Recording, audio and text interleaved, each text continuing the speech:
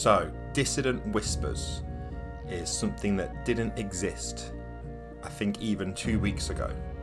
And I forget who, because there's been lots of fantastic people involved in the project. And I forget who I heard mention it first, but I heard that some people were putting together a book with a sort of compendium of adventures for RPGs, and that it would be funding Black Lives Matter sort of charities and bail funds and things like that. And there's lots of information on their website about where the money is going for, and it's been handled with a lot of care by people who are very involved in the cause. But I wanted to contribute in a way that I could, and hopefully writing an adventure is one of the things that I can do. So and talking about it to people as well. So hopefully I've been able to contribute a fraction of its success, but there have been 50 plus people involved in this project. And even aside from the fact that I've written something for it myself, it's a really exciting book, and I'm extremely excited to dig into it. Let's have a look. So, as I go through,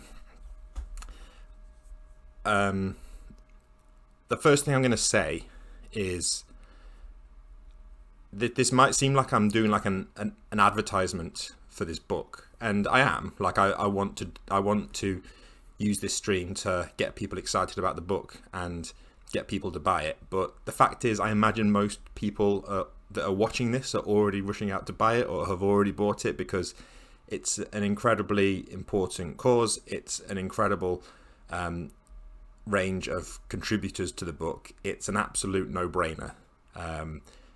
There's various options for international shipping, so just make sure you're getting the option that you want. I would say get a physical book, and you will see why shortly. But if you're buying it in the UK, I believe it's going to be available. It's currently available through Melsonia. But yeah, if you Google Dissident Whispers, all the information on how to get it is available elsewhere. So the purpose of what I wanted to do tonight was just go through it, and I've had a quick look in. I looked at my own page, obviously, and I had a quick glance at a couple of other ones, and then I sort of put it away, and I thought I'd like to go through this. And the other reason that I'm really interested in this project is I'm really interested in the whole sort of one-page dungeon idea, and I found it has very mixed results for me. There's some things that I find really useful and some bits that I don't, and I'm going to talk about that as I go through. But I'm basically going to go through and pick out some highlights from the first impressions. So this isn't a review. I'm only going to say nice things, probably. I am extremely biased. I absolutely am trying to convince you to go out and buy this. And the other thing is, I created the writing for a 2-page spread in this book, so there's a lot. Most of this isn't written by me, so it's different to the deep dives where I can sort of shed some light on how it was made. But yeah, we can have a look through it together, and if you like it and if you've already bought it, hopefully we can talk about how to actually use it, because it's great to buy the book and give the money to the cause and support it and spread the word, but also, very selfishly, I'm actually really looking forward to just having this book and being able to use it at the table. So yes, as many people have said, this front cover is fantastic.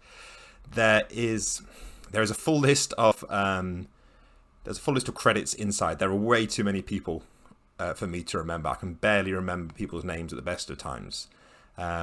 So I'm not going to try and name drop loads of people. If I see anybody's name that I really recognize, I might point it out and say, oh, you might know this person from such and such.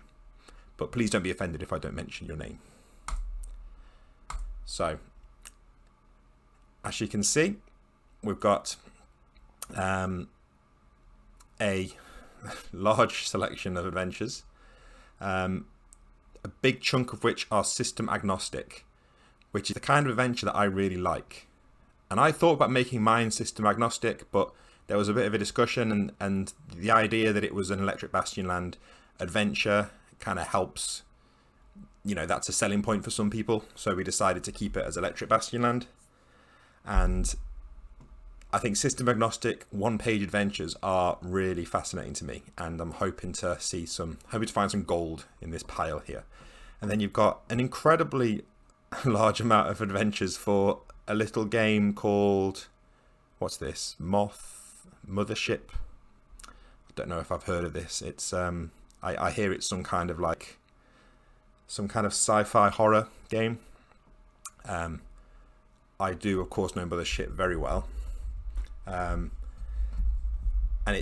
what's interesting about this is it's kind of, because it all happens so quickly, it's kind of a snapshot of what's happening in this kind of area of the RPG creation scene, really. So there's a lot of excitement for Mothership out there that's really reflected here. And then we've also got, is this more? Oh, for Merkborg and basic expert rules. Oh, that seems like it's interesting that we've got more adventures for Morkborg and for Mothership than we have for basic/expert, which you would have thought of as the kind of OSR standard for a little while. And then other systems you can see here are ranked, so that the more adventures, I think that means the better the game is. So you can see Electric Bastionland is triumphing over DCC. Remember when I said I was only going to say positive things and I wasn't going to so you've got adventures for Electric Bastionland 5th edition, interesting. Mouse Ritter, which is based on Into the Odd, the Black Hack, Troika, Trophy Gold, interestingly. There's a lot of buzz around that. And UVG, Ultraviolet Grasslands by Luca. So you've got a wide range of systems in here, but what I'm really interested in is the ideas that are in these one-page adventures, because to be honest, I'm probably not going to run something in Basic Expert, just because if I'm running a game, I'm probably going to run it in Electric Bastionland. But I think there are, if an adventure's written well, there's usually a way to kind of mine some ideas from there, or at least just convert it on the fly. So I'm interested to see how the adventures look for that. I can see we've got loads of people in the chat. This is way more people than come to listen to me talk about my own game. So yeah, thanks guys. Let's see, who've we got? We've got familiar faces, some new people.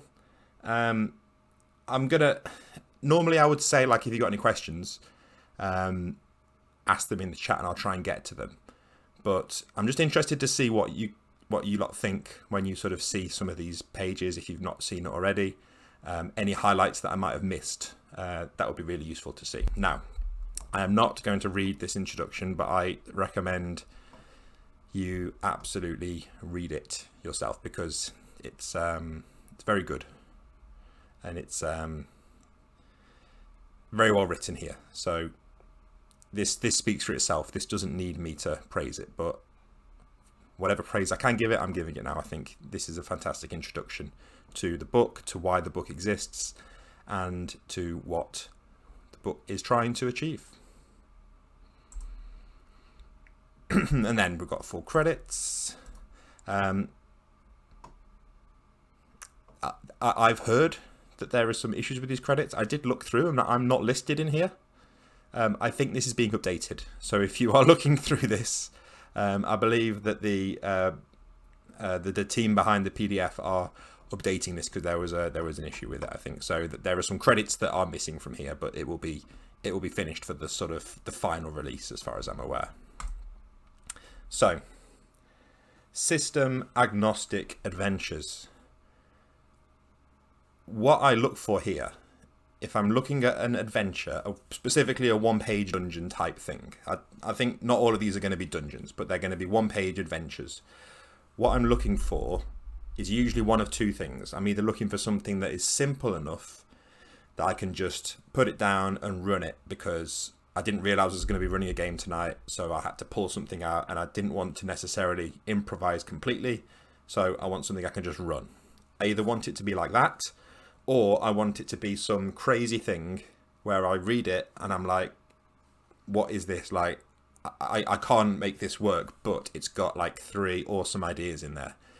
And it's almost like an experimental art thing where it makes me think about things, and it makes me I might not. It's like when you listen to a piece of music or you see a film and you don't necessarily enjoy it, but it makes you think and it gets you to maybe think differently about music or film. I like things like that, and things that you can just take. Even if I just take an idea from this one-page dungeon, I might use that in a game further down the line. So if it hits either of those two things, then I'm pretty happy with it. So brace yourself. Who gets the number one? Who gets like the first line in Band-Aid equivalent? Like who gets the first adventure? Let's see. A herd of beautiful wild ponies running through a crew the plains. The RPG. This is not what I was expecting to see in the Dissident Whispers as the first page. I'm gonna, because there are a lot in here. There's over 50 of these. I'm gonna skim through them and I'm gonna look for things that grab me. And this looks kind of more like the kind of thing I'd expect to see from like Grant Howitt and the sort of one-page dungeon. Sort of one-page games that he makes at Rowan Rook and Deckard. So yeah, this is a game about being a pony that wants to break free. You have no thumbs. You can be various types of pony. This is bonkers already. So I'm not sure who did this, but that is a bold choice for the first page. I'm seeing the name Beth being shouted out, so apparently this was written by Beth. So congratulations on that first page, and I think the fact that this is the first spread in the game is making me think it's going to be more like that second school of thought where there's going to be some weird stuff in here that I don't necessarily want to use whole cloth, but it might have a little idea that I come back to when I need it. I'm obviously a huge fan of writing random tables about horses. I'm no stranger to writing horse content, but an entirely horse-based game, if you want it, it is in Dissident Whispers. Carpado's Last Meal, a social encounter for social adventures. Art by Evelyn Moreau, always a good thing to see. So again, the thing that surprises me already is I just assumed that we were going to be talking mostly about adventures. Let me see what the front says. I'm going to do one of those frustrating first looks where the person doesn't understand what the book is before they dive into it. I know that they always go down really well. So an anthology of original RPG. Okay, so it's a kind of self-contained adventure from the look of it.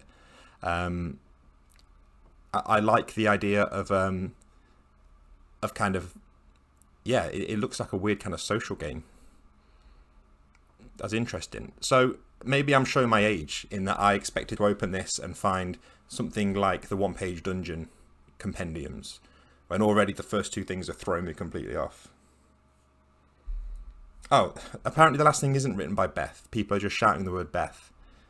Guys, I'm no good at this streaming thing. You can't take advantage of me this way. You know, I'll just say whatever words you throw up on the screen.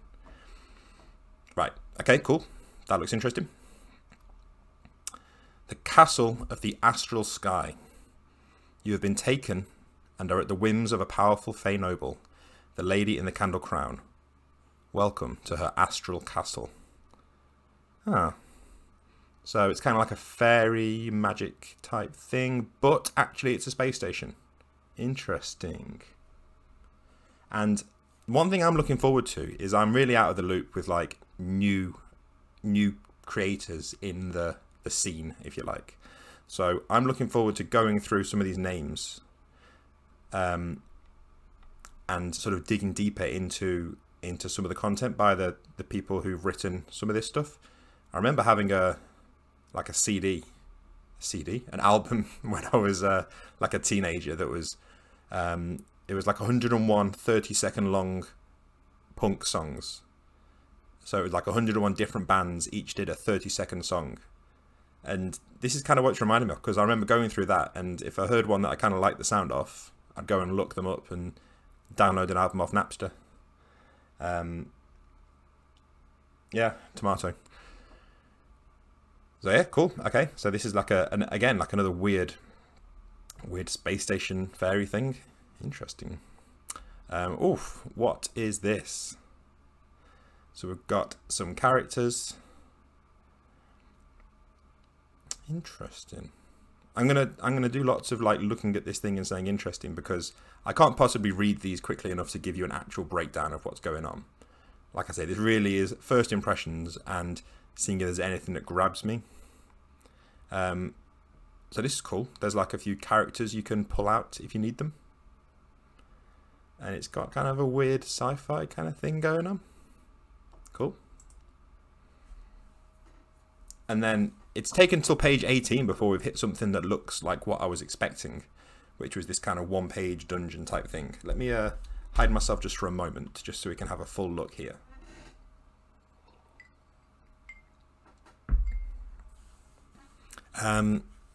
So here you've got something that's a bit more like your traditional one-page dungeon, if you like, where I feel like I could pick this up and run it without really much prep.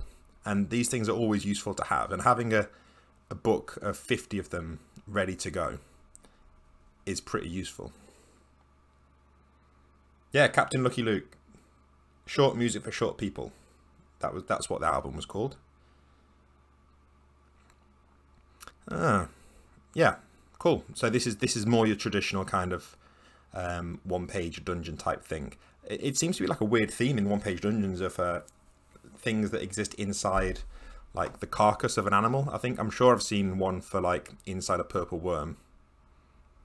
I feel like I should know who did that. I wonder, was that Luca? I'm not sure.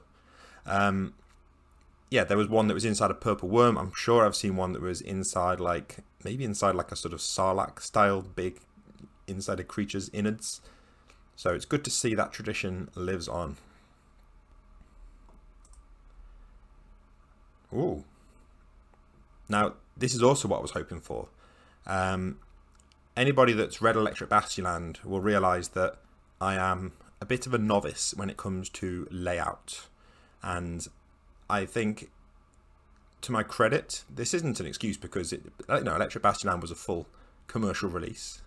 It was my first attempt at laying anything out, and I've learned a lot of lessons along the way, and I've received some very mixed feedback on the layout of that book. So I'm hoping that I can sort of learn from some of the experts here, in that each page is kind of beautiful in its own way. And there's some interesting kind of layout and design things going on here. So yeah, we've got a kind of gladiatorial type thing going on here. Random encounters, let's see. Yeah. Again, this looks very much like something you could just throw in as a starting point to an adventure. Works for me. Ooh. Huh. A casino. So that's the thing with these system agnostic things. One thing I quite like doing in system agnostic adventures is converting them to a different like genre on the fly, which is, call me like a glutton for punishment, but I quite like taking something that's very traditional fantasy, like a classic D&D adventure, and running it as like a sci-fi game, and on the fly thinking like, well, shit, what's the sci-fi equivalent of an Otyugh? And what's the sci-fi equivalent of this wizard that can turn invisible? And just converting it on the fly. Partially it's just a little bit of a challenge, but I think you end up with some quite interesting, it's a nice creative problem here. So I'm seeing a casino sort of style adventure here. It sounds like it's it could be in a space station next to a castle or downtown. But I think even if you're running a game where it feels like it doesn't make much sense for it to be a casino, see if you can use this as a creative challenge to slot it into your world.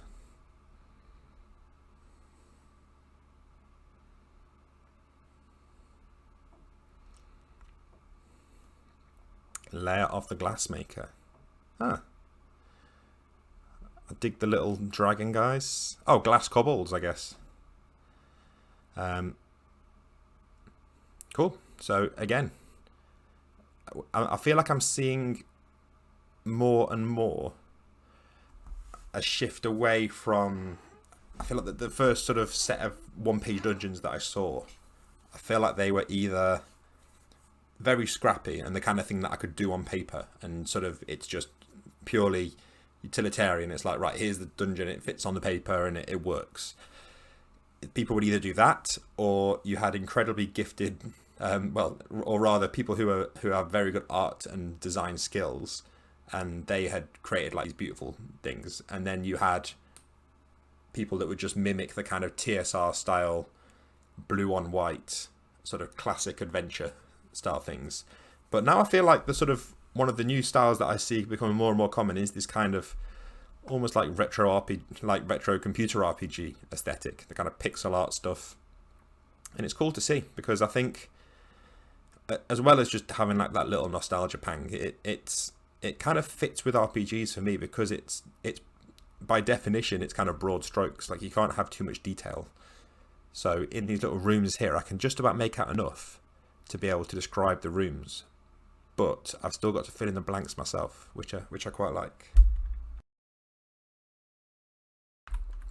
Oh, I've accidentally skipped. Right. Yeah, so this looks cool. And it looks more like a traditional sort of dungeon, but I like the idea of glass cobbles. That's cool. Ah, nice. So this looks like something out of Morkborg. It's a horror one-shot scenario in which all of the characters are already beyond saving, but now need to discover what happened. With one-page adventures, this is another thing that I like. I kind of like them.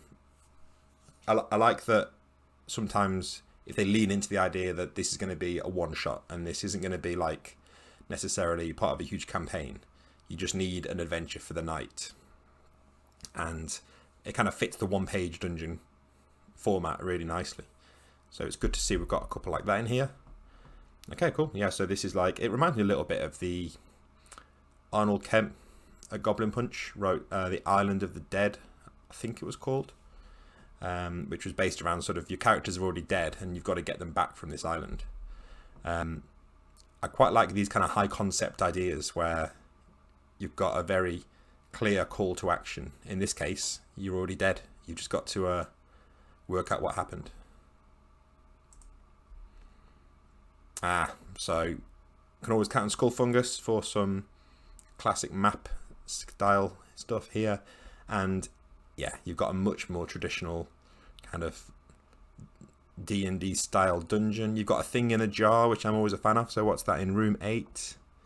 The brain mole is floating around inside a large liquid-filled vat. It will bombard intruders with horrible visions. If it fears defeat, the brain mole will try to bargain for its life, promising riches and great power.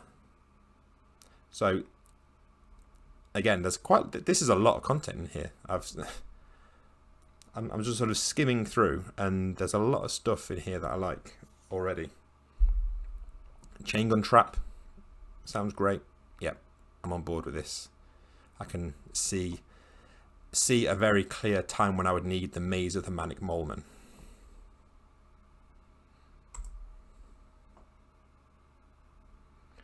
Yeah, so Jay Sison says, let them sleep on looks vaguely Trophy Dark, Cthulhu Dark-esque. Yeah, with that kind of almost like failure is built into the system. And I don't like that in a full game, but if I'm going to do like a one session sort of one shot, I think that's fine. I think that's a good sort of framing device. Murstone Manor. Sudoku? Are we how's this going to work? You're not going to make players do Sudoku, are you? No, so the Sudoku is part of the wizard's bedroom. You're gonna have to buy the book and read it to find out. Oof. See, this is what I come for. This looks great. Mother Skullcrab's Vault. Deep in the fetid jungle's embrace, Outpost 32 once stood proud. The stores of this sprawling keystone of trade and exploitation once burst with treasure appropriated from the surrounding squat, vine-clad temples of eternal rest. So again, we're in sort of classic dungeon territory, system-neutral mid-level jungle adventure. Art and graphic design by Johan Noor, and you can kind of tell. Cool, I like it.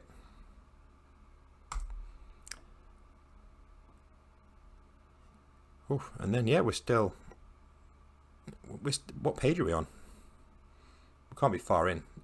Page 55. No, page 35. Sorry. So there is just a lot in here. I'm going to try and sort of not necessarily pick up the pace, but I'm going to try and maintain the pace because I want to get all the way to the end because that's where the Electric Bastionland adventure is, and I'm not going to end the stream before we get to that. But there is a lot in here, and so far everything has at least seemed interesting. At worst, and at best, there's some stuff where I'm thinking I could just run this right now. Some of it looks a lot more straightforward to run from scratch than some other one-page dungeons that I've seen.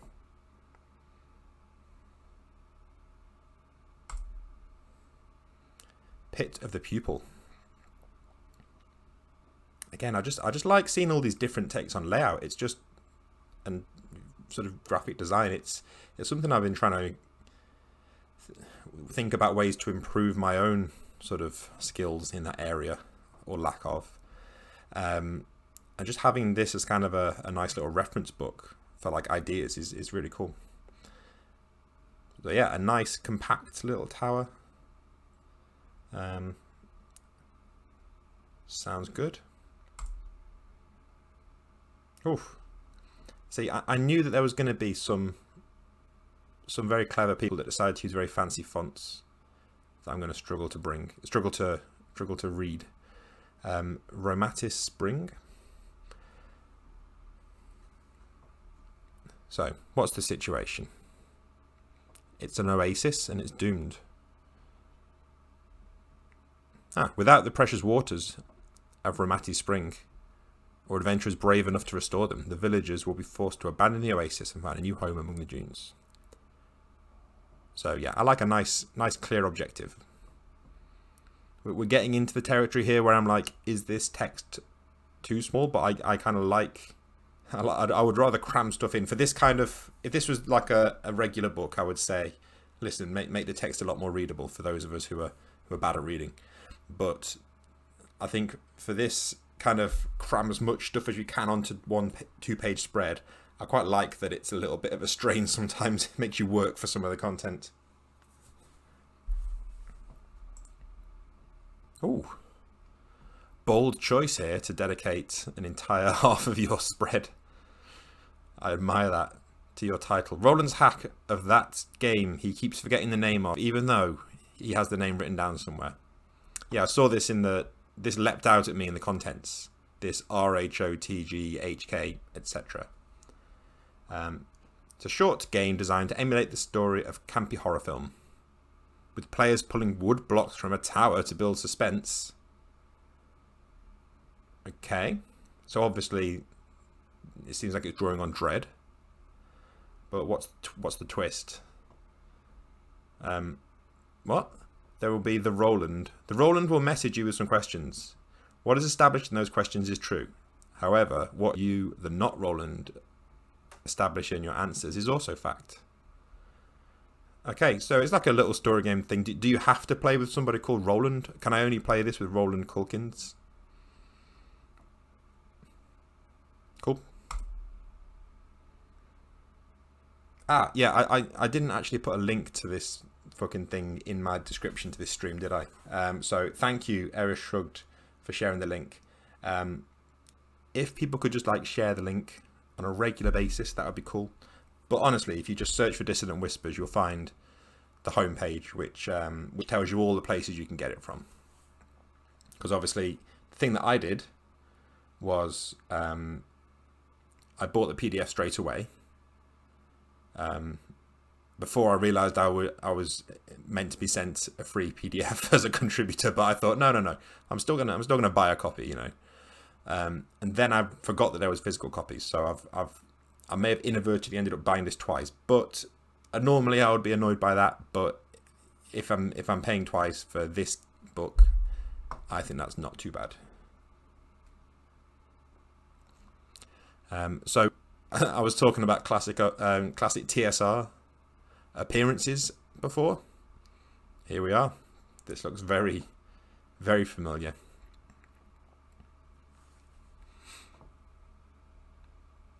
On the eve of an eclipse during summer solstice, does Telbin's repugnant presence wane enough that his essence might be defeated once and for all? Luckily, today is that day. This opportunity won't come again in the character's lifetimes. They must venture into Telbin's sepulchre and complete its trials in order to destroy his phylactery and seal the lands and its people. So this is about as classic as you can get. So let's see, are there any gems in here? Ooh, Mask of the Spectre.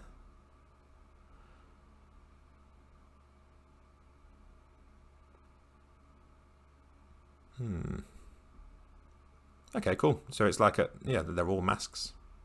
Listen, this looks like a cool little, I'm not going to say Tomb of Horrors, but it looks like it's in that kind of vein thematically, which is a classic, but it's always good to have on.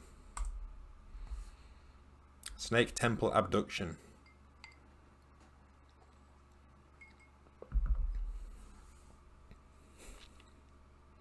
So again, we're still in the blue and white section.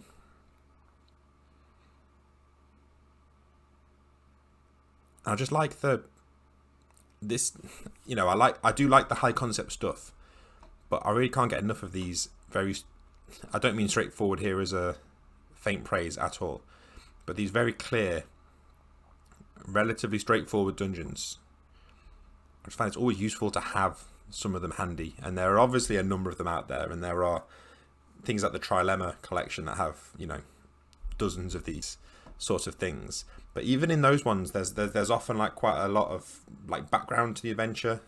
I kind of quite like one that just goes, you've got like a little paragraph and then bang, straight in.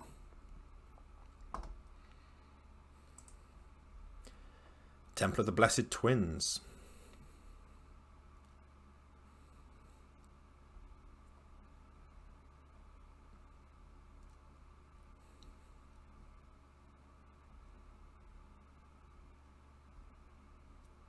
Cool. Sorry, I forgot for a minute that I meant to be commenting on these, but that looks like another nice little adventure. Temple of the Spider Demon. Okay, this looks pretty cool. This is a style of mapping that I quite like, because again, much like the pixel art, even if I don't know what's in this, I'm looking at this room at the very top here. Even without looking at the description, I can at least tell you a few things about what's in that room, and it at least reminds me what's in there. And that's a quite handy little thing to have. And just, I just love how different this looks to, you know, this, and how different that looks to this, and to this, and this. There's so much variety in how things are presented. It's really cool. 10,000 alligator hell. Everyone knows alligators don't talk. Some people know this is because they've already said everything. Fewer people know that they've recorded this. You know where they store the recordings. So this is already my favourite. Of course, it's fucking Luke Gearing, isn't it? Yeah, so this is by Luke Gearing. Should have expected it. He has a way of doing a lot with a few words, I would say, which I admire very much. So this is the kind of weird stuff that, like I said, I don't know if I would run this as it is. I admire the bravery to have an encounter table that is entirely alligators and resisting the tempt. Because even if I thought of that idea, I would not be able to resist the temptation to make each of them slightly different. So like, oh, I'm going to be really clever. I'm going to say alligator and caiman and crocodile, and then 3 other things that are also very similar to alligators. But no, alligators all the way down. Yeah, Volkovoy says, I probably won't have time, but I was thinking of making a giant conspiracy board connecting all of the adventures together. You should absolutely do that. So this is great. I would love 50 of these, because I'm not going to run this alligator hell. I'm sorry, Luke, I'm not, because I just can't do it. But I just love that it's making me think about alligators and alligator hell, and it's getting me to think. And maybe I will run a watered down version of this, because I do not have the stomach that you have to run this in its pure form. So there we go. That's my highlight so far. The Goblin Tower. Oh, cool. Drop tables, a good idea, I would say, in this sort of thing. I like, in these one-page dungeons, you can either go two ways. You can either have content that is all sort of laid out very, not static in a bad way, but like, if you go in this room, you will encounter this thing. But I quite like having a bit of randomness in there. So a drop table is good. I like this philosophy already, even without reading the rest of the adventure. Everyone here is high and or self-absorbed, and they don't care about the PCs or what they're doing. But every creature here represents a real and serious threat. Thorn's Barrow.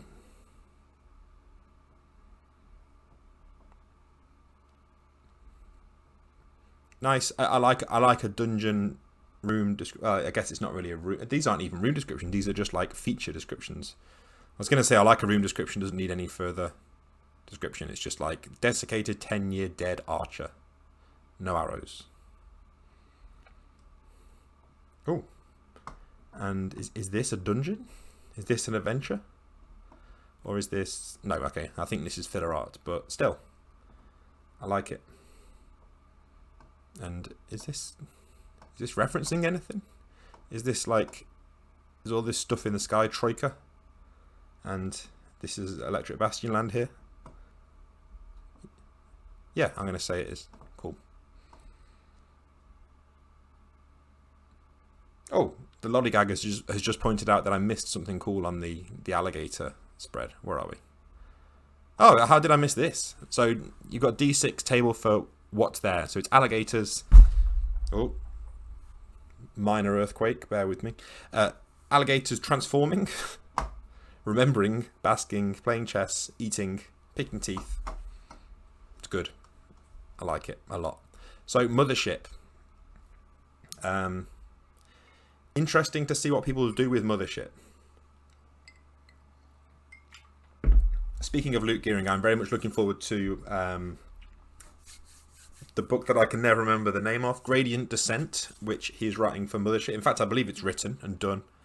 I think it might be in layout and editing at the moment, which obviously takes a long time for something like Mothership, where so much of it is on its, layout and design.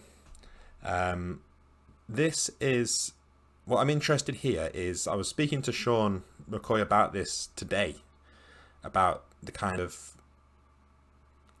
the idea that a lot of people see Mothership and they think it's just going to be for one shot because it's a sci-fi horror game, and it's people ask more than anything else, they say, can you run campaigns in Mothership? And I'm not going to repeat our entire conversation here, but we spoke about some of the ideas for like how that might work, what it might look like, and as a result, I'm kind of interested to see what people have come up with here, because Dead Planet kind of did so much right as the kind of first adventure, and then I've actually not read I think there's 3 other books. I've not read them yet, but I'm interested to see how much things can like diverge from what Dead Planet did, because that was kind of like the quintessential Mothership adventure, and it was so closely tied to the launch of Mothership that I'm interested to see what people do with it. Right. So of course people are going to use this as an excuse to do some bonkers sort of styles for the visual elements of it. So the thing I'm going to look at in Mothership is I'm interested in like the monsters, because it's Mothership leans a lot on the closeness to Alien, and I think it'd be very easy to just run it with, you've got a xenomorph in there, but I want to see what people have done with like other weird sort of sci-fi aliens. So let's have a look. That's not how we look. That's not how we look. Come on. So water lily. Ooh, here we go. So the skin appears gelatinous, small geysers of water gushing from the soft tissues in wicked spirals. Iron can be harvested from the host to fire stingers that tear at dive suits, and then there's the acidic water. Okay, cool. This already sounds interesting. I like the little character profiles. This looks interesting already. And the thing that I love about Mothership, and I'm surprised it took so long for somebody to do this, because there have been so many beautifully designed books in sort of the OSR space, but no pun intended, there wasn't really one that I felt did evocative sci-fi well. And just looking through Mothership content is like a delight if you are into like sci-fi. And you know, the content is obviously good as well, but like the style is just, it's just really fun. So this looks cool. I like that this is putting me in a kind of, again, it is like a little bit of cheap nostalgia seeing these kind of graphics, these kind of text graphics, but I like it. Ooh, okay. Machine cults are always appreciated. I like random encounter tables where you don't need to tell me about this spider droid. You just tell me one spider droid with laser rifle, and then there's no further explanation of what that is. Oh, well, I'm assuming it's this thing up here. But I think the fact... I do like those broad strokes with these one-page adventures, because I'm not going to sit down and read it in advance. So if you had probe droid, spider droid, laser rifle, and you had a little paragraph, if I'm sat at the table, I can run with spider droid. I can make that work. So I don't need to have any more than that. So I do prefer the broad stroke approach generally.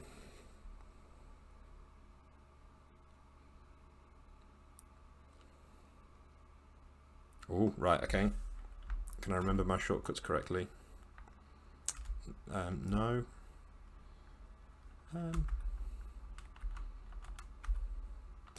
Who knew I would remember the rotate shortcut? Ghost ship. So yeah, this is a little bit of a cheat, having your horizontal layout. I approve. So again, this just looks like a cool little ship-based adventure, the ghost ship. Classic Mothership, really. Okay, we're upside down. We should have expected that. There we go. Indigo Tendrils of the Zomp Machine. I like it already. Written by Rhys Carter and others. Luke Gearing as well. Luke, you've got your hands all over this. Yeah, this looks pretty cool. So it's kind of like a re-sleeving based thing. You've got some creepy... Okay, I don't want to read it too much, because this sounds like something I could actually... What? Beth? Is this the Beth that people were referencing earlier?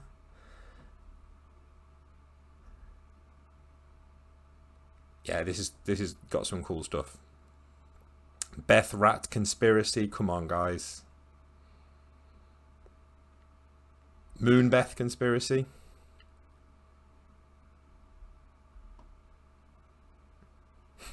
Right, okay. This table alone could be dissected at great length. But I will let people discover that for themselves. Make sure you check out this page. Pandora's Hunt.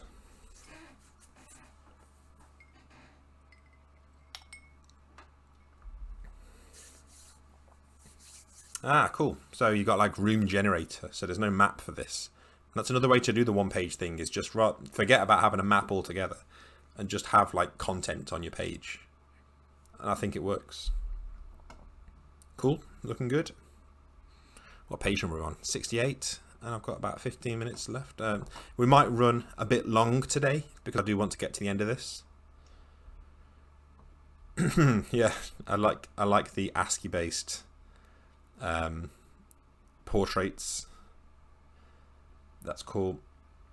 This is already like, I don't want to say this is already like better than some other Mothership books, because that's not true. But I feel like you're going to sell a lot of copies of Mothership off the back of this book from people picking it up who haven't necessarily played Mothership yet.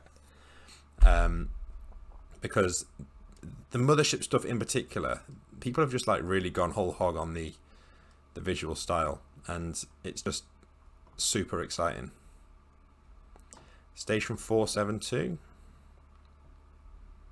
Yeah, you've got like a whole galaxy of mothership stuff in here, ready to go.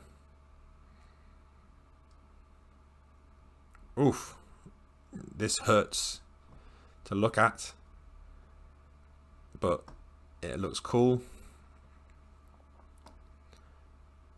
A mothership maze chase in space.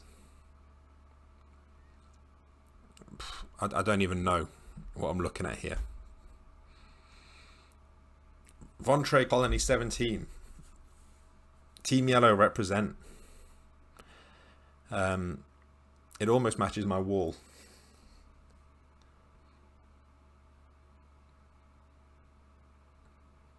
Yeah, this is cool. So again, it's like a nice straightforward... written by Alan Girding. Nice. Well done, Alan. It's about time you started writing some stuff for Mothership, isn't it? Rather than Sean doing all the work. Good to know.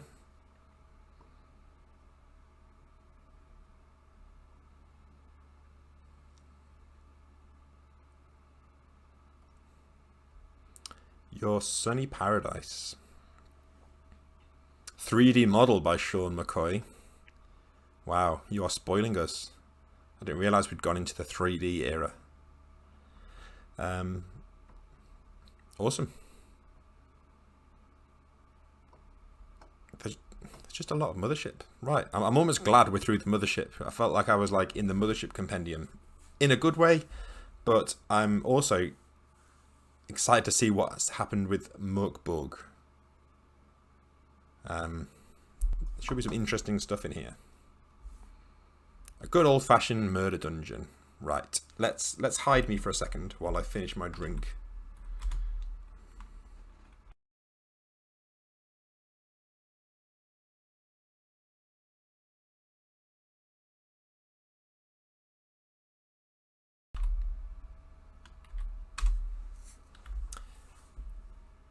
So yeah, I've said a lot about old-fashioned dungeons in here and how they're useful, but you know, what's an old-fashioned dungeon like in Mugborg? You got a mimic, you got a snake pit, a decapitated thief, and the thief's head has a separate entry. I still haven't played Mugborg yet. I would like to do it. It takes a lot for me. This sounds terrible, but it takes a lot for me to want to run a different system because I'm always testing some new system of my own or tinkering with an existing system. But when I read through Mugborg, I thought I'm probably going to, if I do run this, I want to run this straight from the book and run it as it is because everything feels quite deliberately done. I know that's the case in every game, but I can't help it. Normally I can't help but mess with it. It's just in my nature. But something about Mugborg made me think, ooh, I better run this as they said, just to see what happens. Oh, there's going to be some fucking black metal text that I can't read. This one's okay, but I know that it's going to get there. Black Burial Bride. No, but it's not Black Burial Bride. It's Blackburn Bridge. Right, okay. Already failing at my metal cred. Okay, cool. Yeah, this looks good. I like this. Awesome. FLAILS Akimbo. I mean, what more do you need me to say here? Okay, so a stinging headache. No memory of how they got here. The players wake up with a pair of weapons nailed to their hands. As they explore, it becomes increasingly clear that they are participating in a brutal game for the amusement of unknown spectators. Death galore. So the thing that I like about Mugborg and the thing that makes me want to run it as it is it's kind of... People use the term unapologetic to mean you can be a dick and not apologise for it. And I don't mean it in that sense. But when I say unapologetic, I mean it fully dives into the kind of... the themes that they've decided to go for, and it doesn't try and play it safe. And again, some people will use this as a way to say horrible things, and that's not what the team at Morkborg are doing. I love that their sort of one-liner is something to the effect of, "We make horrible games, not for horrible people." And I love that they kind of lead into that horribleness so hard. And it means that when I read something like this FLAILS Akimbo, I'm like, yeah, okay, this makes sense. This is how I would start a campaign of Morkborg. Spawny No Oni says, can you write Black Burial Bride? Yeah, I'll do that for like the next one of these that comes along. That can be my next one. I'm gonna write an adventure for Morkborg. I'll only do that if one of the Morkborg team writes something for Electric Bastionland. Yeah, so this kind of speaks for itself, but I'm on board with it. Snoutface is the current champion. Cool. Church of the Forbidden Gate. I can read that one. Nice. There's a Lamentarium. Cool. The Cleaving in Buskstadt. And again, I mean, this, I don't know what to make of this artwork, but it's getting me interested. 5 horned dogs. That's a good solid encounter there. Horned dogs. What more do you need to know? The Vaults of Unfaith.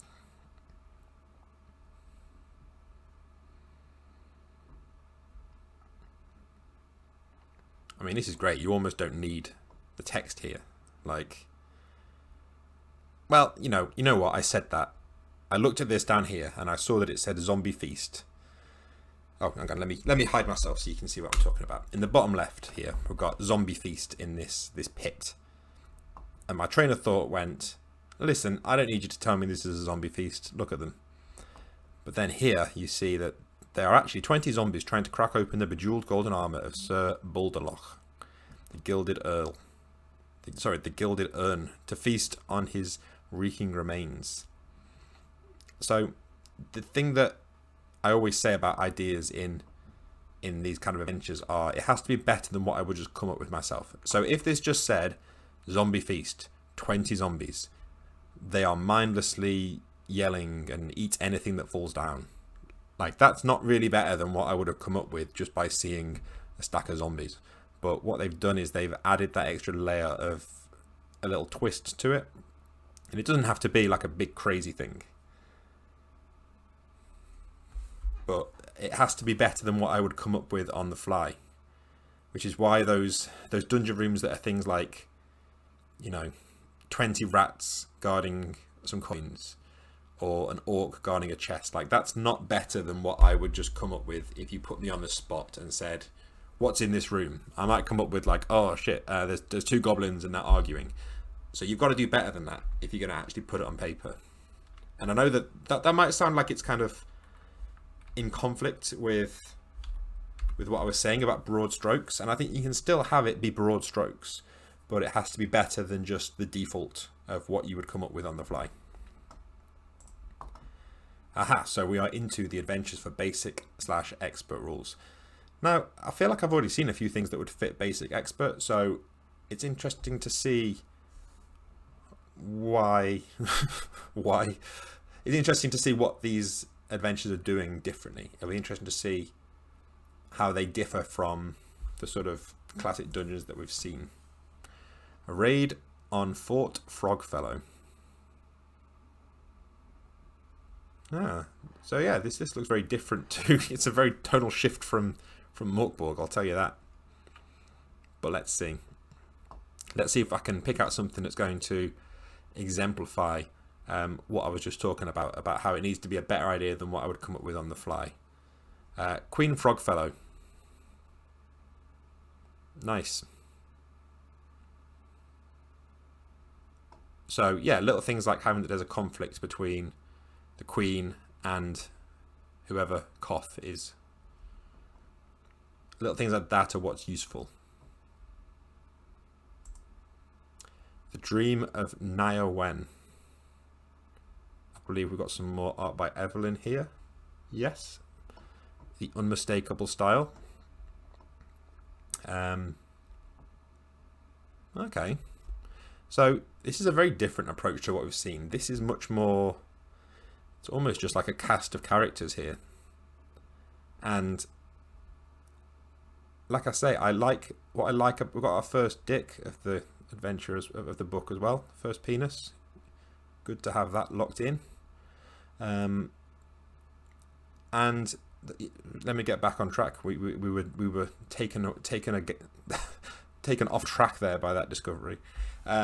You might think that what I was talking about, how I like things that are ready to run, that I wouldn't be interested in this, but it's good to have this as a contrast, and it's good to have this as a little bit of a resource for like interesting characters.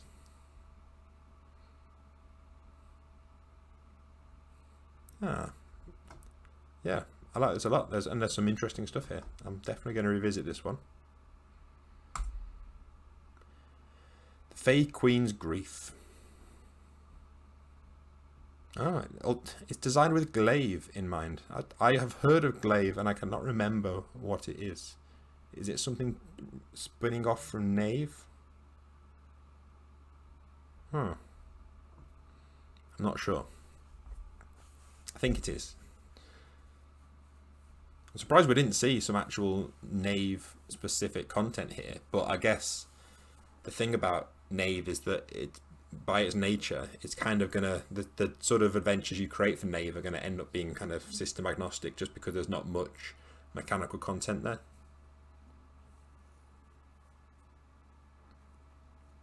Yep, a nice classic dungeon here. Tomb of the Last Tyrant.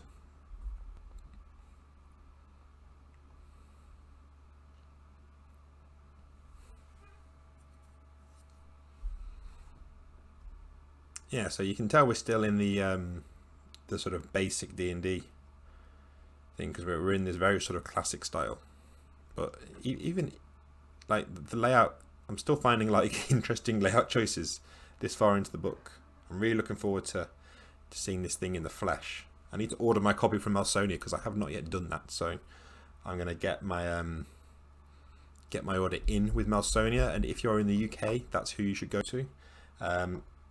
Starkiller Fish has just dropped the link in the chat, so I might even like say just go and do it now, because we're into the other systems. So what I'm going to do is I'm going to speed through the other systems apart from anything that catches my eye, so I can get to the Electric Bastion and stuff and see what exactly we've got there. The Ice Job. So what system is this for?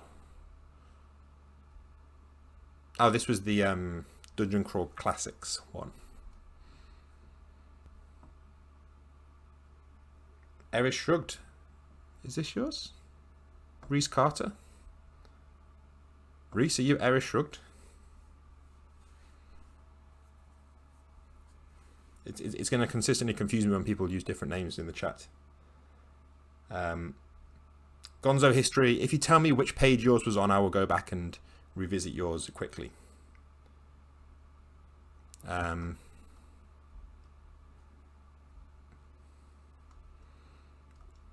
So this looks cool. I've just noticed that this one's next, so we're gonna jump on ahead, and I'm gonna hide myself because I'm not going to talk at length about this, because I don't want this to turn into a self-indulgent stream. I capped myself off at a couple of minutes. So this is an adventure written by myself. The layout and the map was done by Sean McCoy of Mothership fame. And the idea for this, when I found out that that I could sort of contribute an adventure to this compendium, I looked through. I kind of wanted something that I knew that I wanted it to be something that I wasn't already going to release. I didn't want to just take something that was already ready and just shunt it over there. I wanted to sort of make something especially for this compendium, something that I was proud to put out there. And this Canal of Horrors is actually something that I'd never really thought that I would publish, but it's something that I've used a number of times as a kind of one-shot. And one of those one-shots spun off into a sort of a little mini campaign of like maybe 4 or 5 sessions long, and other times it's just ended at the end of the session because there's quite a clear end to it. So you've got if you've not played Electric Bastionland before, you start £10,000 in debt, and it just so happens in this adventure that you've been given a tip off that there is a luxury yacht that lies abandoned, and it's worth at least £10,000 if you can get it to a buyer. And if you've read through Electric Bastionland, you might recognise a few of the little bits here, because there are a few little characters and stuff that make little cameos in the book, if you like. And because this has always worked at my table, I thought this was a good one to put in there, because I'm genuinely really happy using this one, and I will probably use it again. The downside being that people have probably read it now. And it's a very straightforward adventure. You're trying to get from A to B, basically, and you're going through different areas.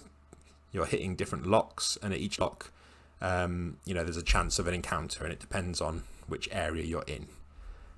But some of my personal things, I love the map. I know that Sean worked hard on this, and I think it kind of fits the theme nicely. And what I like about it is, I'm going to pick up my highlights of the things that I'm especially proud of in here. I like all 3 of the pursuers are fun. In different games, I've had some of them come up more than others. Great Extenser. He's a jacked, masked wizard, and he's the owner of the boat. And he's not that bothered that you've stolen his boat, but he just wants to punish you for it. And he's got some bullshit in here, so he can age and revivify himself or others unwillingly, and he can regurgitate objects from the distant past or future. And no, I don't explain any more about that. That's for you to work out. But if he's doing something strenuous, if he fails his charisma save, he phases back to the start of that day. So he's a genuine... I did like a post years ago about wizards and sort of this idea of... So this is obviously kind of a little bit of a reference to the I can't remember the name of the book. The take on Merlin, that he sort of lives life backwards from the future to the past. So yeah, he's like Merlin, but he can regurgitate objects from the future or the past, and he's a jacked, masked maniac, and he'll crush you. Hannibal the elk mutant. No, it's not Hannibal. What's his name? Hannibal. Completely different. He's an elk mutant. The wrist watchman. I've had a lot of fun with these. Just kind of like completely inept guards that have these fancy watches with like gadgets on, with extremely niche utility effects. And I just like that they've gone hard on this gimmick of their slick suits and their gadget watches, but they're not really very effective. I also like Wrecked Torso. He's the rival wizard to Extenser. I like that his attack is just crystal teeth. It's up to you to work that out. I don't remember writing this. Controls a mated pair of black lions by constantly feeding jerky of their young to the Star Prince. Oh yeah, so he has this pike-mounted mummified Star Prince. Yeah, okay. So he's another weirdo wizard guy. And my favourite, which as always, I think on every single stream I've mentioned something that I've stolen from Red Dwarf. So, rich future bastard versions of you. So, there's an episode of Red Dwarf where the crew get a the means of time travel, and they encounter their future selves who have sort of indulged too much in this time travel, and they've indulged all their vices, and they've all been sort of altered in various ways, and sort of they've all turned bad, basically. So this is a very clear steal of that. But yeah, Extensa will regurgitate future versions of yourself to hunt you down. So yeah, that's about it, really. Well, not much else to say about that.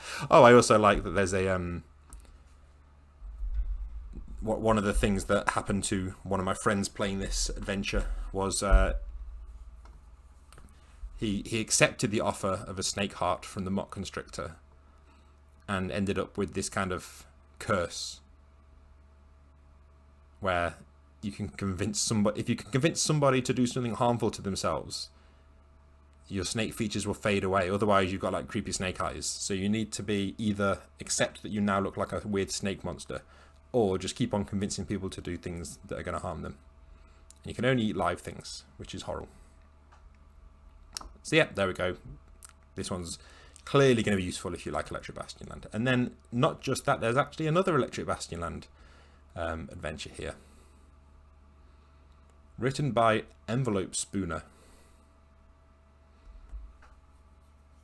And I did have a quick look through this one. It looks pretty cool. I think it fits.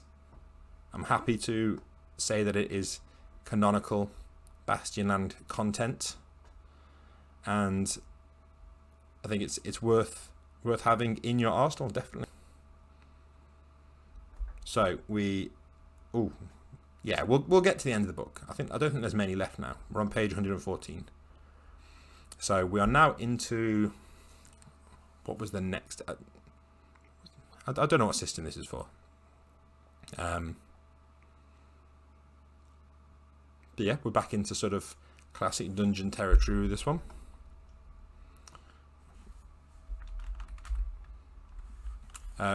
Gwen Artin's Murder Mystery Party.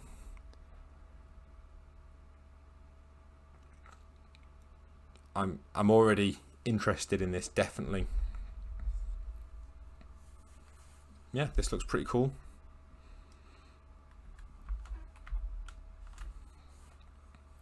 Oh, we're in the 5th edition section. That makes sense. Uthika? Giant crab. Always good to have.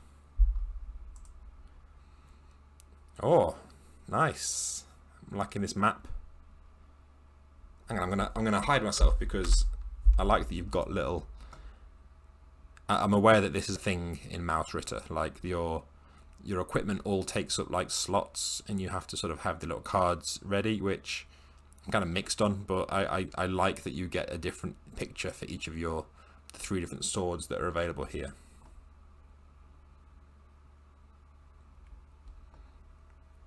And I like the map a lot. This is cool.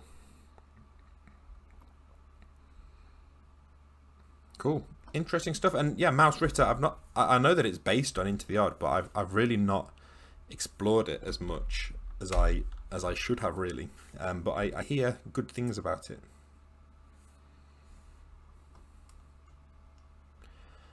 A most dangerous domain. Skull fungus again? Is it? It must be. Yeah, map by skull fungus. So is this the black hack? Did I see? Yeah, for use with the black hack.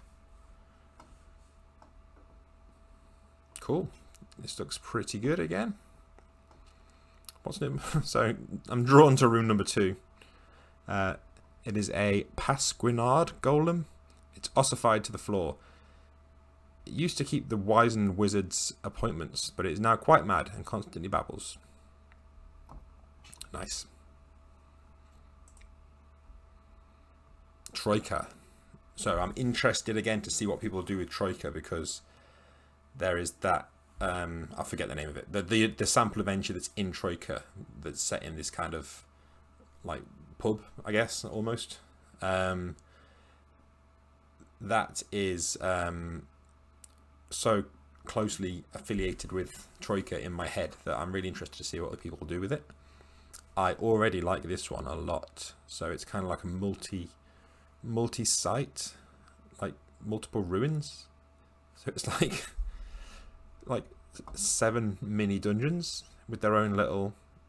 Oh, I like that a lot. So it's almost like a mini barrow maze where you've got, rather than having levels and levels, you've got like multiple caves. Or I guess a better comparison would be like the Caves of Chaos from Keep on the Borderlands.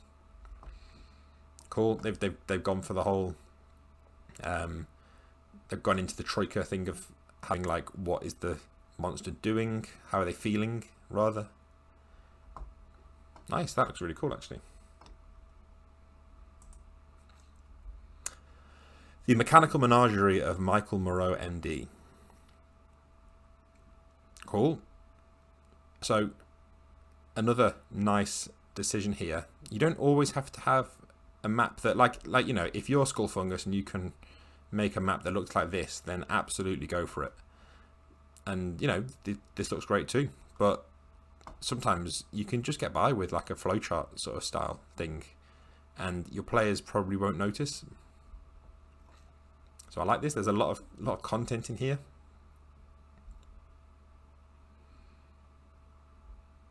There's a lot of wordplay.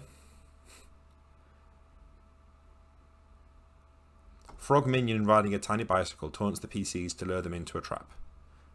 Rhino minions have gone rogue. Mole minions. Okay, cool. Yeah, I see what they're doing and I like it.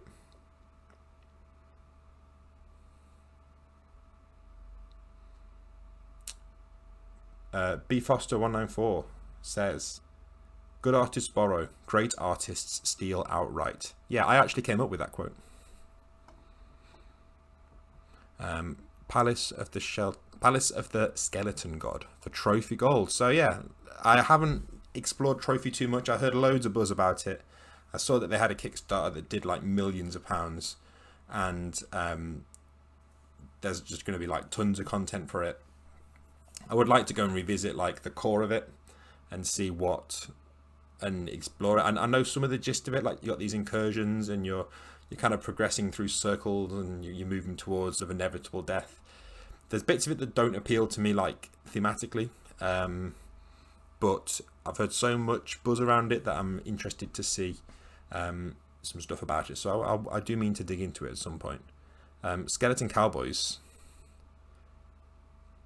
is getting me interested. Theme, bones. Yeah, good. It's solid. Okay, so yeah, each of the sort of layers of the incursion. I'm going to use all the wrong terminology. I think it's one of those games where there's like lots of specific terminology.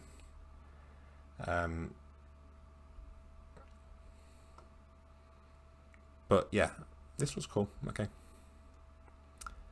More stuff for trophy.